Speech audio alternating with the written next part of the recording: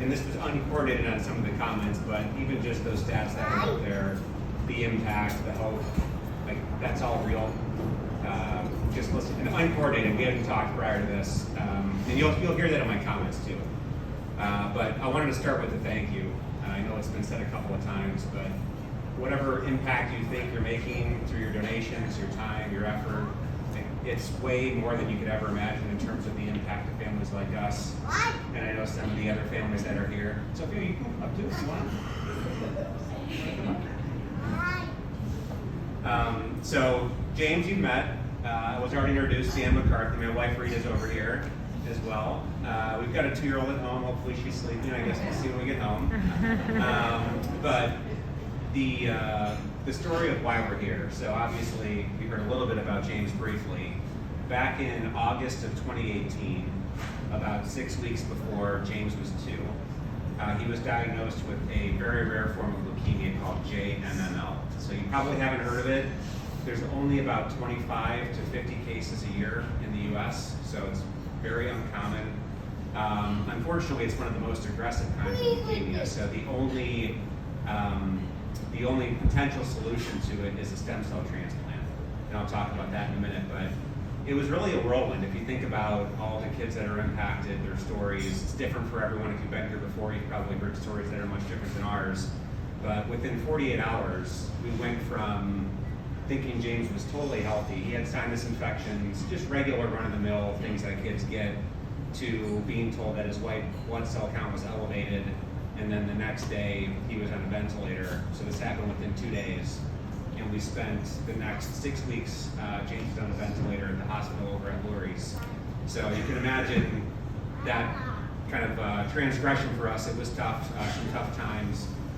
But yeah, a month and a half at Lurie's on a ventilator, a lot of ups and downs, more than we have time to go through tonight. But you know, there was a lot of times where the prognosis was tough, where things weren't looking all that good.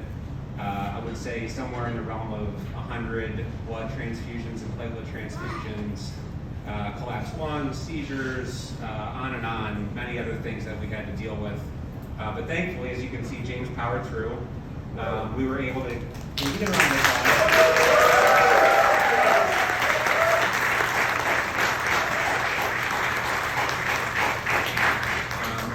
The day that James came off the ventilator was on his 2nd birthday. We were actually in the process of throwing a birthday party for him elsewhere in the hospital that he couldn't attend, and they called us to come up to his room, so that was pretty magical. I don't think we'll beat that birthday present anytime soon. So after that, it was really preparing him for his next obstacle. I mentioned it earlier, but the form of leukemia that James had, it's in remission now, required a stem cell transplant. So you can imagine being on a ventilator for that long, not moving for a month and a half. We had to get him walking again, a lot of rehab, getting him strong. So we were home for a couple of months, kind of building his strength up.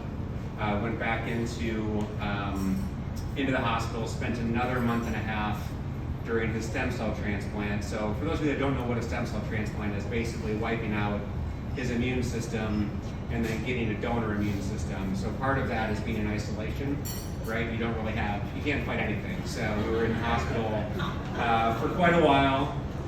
Oh yeah, there we go. For quite a while, you know, again, a lot of ups and downs during that time period, and then spent really the next 3 years after that kind of in and out of the hospital with a lot of complications from the stem cell transplant. So that's some background. It's hard to give all that background in like 3 or 4 minutes, but that's the gist of the background of what James has been through. And back to Stephanie's comments, we were so lucky during that time to have so much support. Obviously, family was huge, friends were huge, both of our employers, co-workers, strangers, but also organizations like Make-A-Wish. And this is kind of back to that hope piece. We were connected to Make-A-Wish through our social worker at Lurie's, so that's kind of how we found out about the organization. We heard of it, but we never really thought about it too much until we were experiencing something that was kind of in the realm. And just having that positive, tangible, something to hang on to during all these times where the road was going sideways is probably generous, really off the rails, to say, hey, we're going to make it to something positive. We're going to get past this minute, this day, this hour, all the things that were going on, was big, not just for James, but for us too. And I'll tell you, a lot of the families that we've met, whether it be at the hospital or during our Make-A-Wish trip. Similar experience, so a lot of the same comments that Stephanie mentioned, 100% true, and couldn't agree more with them. So COVID threw us for a loop a couple times, so you saw those stats. I think it was 483 this year, if I remember correctly, so we were one of those this year. And I think we actually have a video. Oh, this is Tracy and Olivia, and actually Olivia's here. Raise your hand, Olivia. So one of our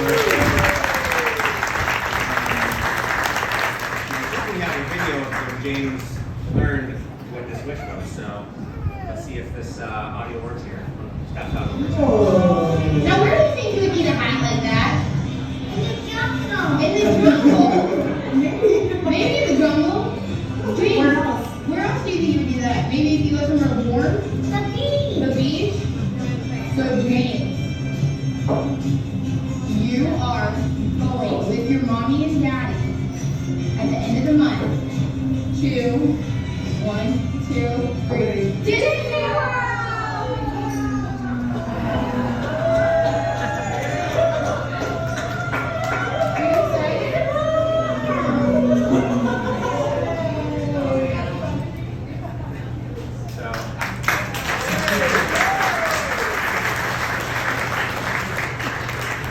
James is not speechless much, so we're pretty happy. So yeah, you know, the other thing with the wish too, all the ups and downs, the IVs, all this just stuff that he's had to deal with. It's like something positive out of all this that he could hang his hat on that we were going to do because of it. And I'll tell you, when we arrived in Orlando, and James even said Disney World, we always talk about it as our Disney trip. We're going to Disney World. We didn't realize that the biggest part of the wish was actually give kids the world, which is the village that you stay at. And if you haven't heard of it, we're happy to talk about it when I'm done up here today, but really special place. So Disney was part of the trip, don't get me wrong, Disney was great. James, you like Disney World? Yeah. We wouldn't take that out of the trip. But give kids the world, on a scale of a 1 to 10, it was like a 50. Just amazing. If you think about a lot of the volunteers that are here tonight, you know, good hearts, same kind of vibe there in terms of just their only goal is to make the kids feel like the most special people on the planet, forget about the world, and have fun. And the families too. The families need it just as much as the kids do. Maybe not just as much, but they need it. So, you know, that was just an amazing experience. And also just being around other families and other kids that are going through a tough time or have been through a tough time. And for James too, to see, you know, that there's other kids out there that are going through similar things or other experiences was equally as important and really special for him and for us.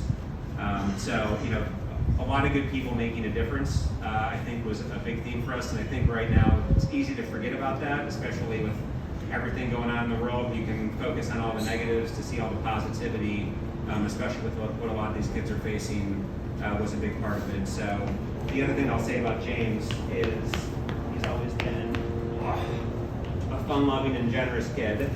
Thanks, buddy. But after we got back from our Make-A-Wish trip, he wanted to do lemonade stands, raise money, organize blood drives. He makes me keep dollar bills in our car to give to anyone that's on the side of the road at a stoplight that's in need of a little bit of help. So, you know, just being around that kind of giving back spirit is a lot of what everyone here drives. So kind of the impact of this isn't just about granting wishes and the donations, and don't get me wrong, like that's what drives all this, but the effects to the families before they go on their wish, and then the after effects of kind of what it means after, you can't really quantify it. So I'll wrap up just by saying thank you for being so dedicated to an amazing organization.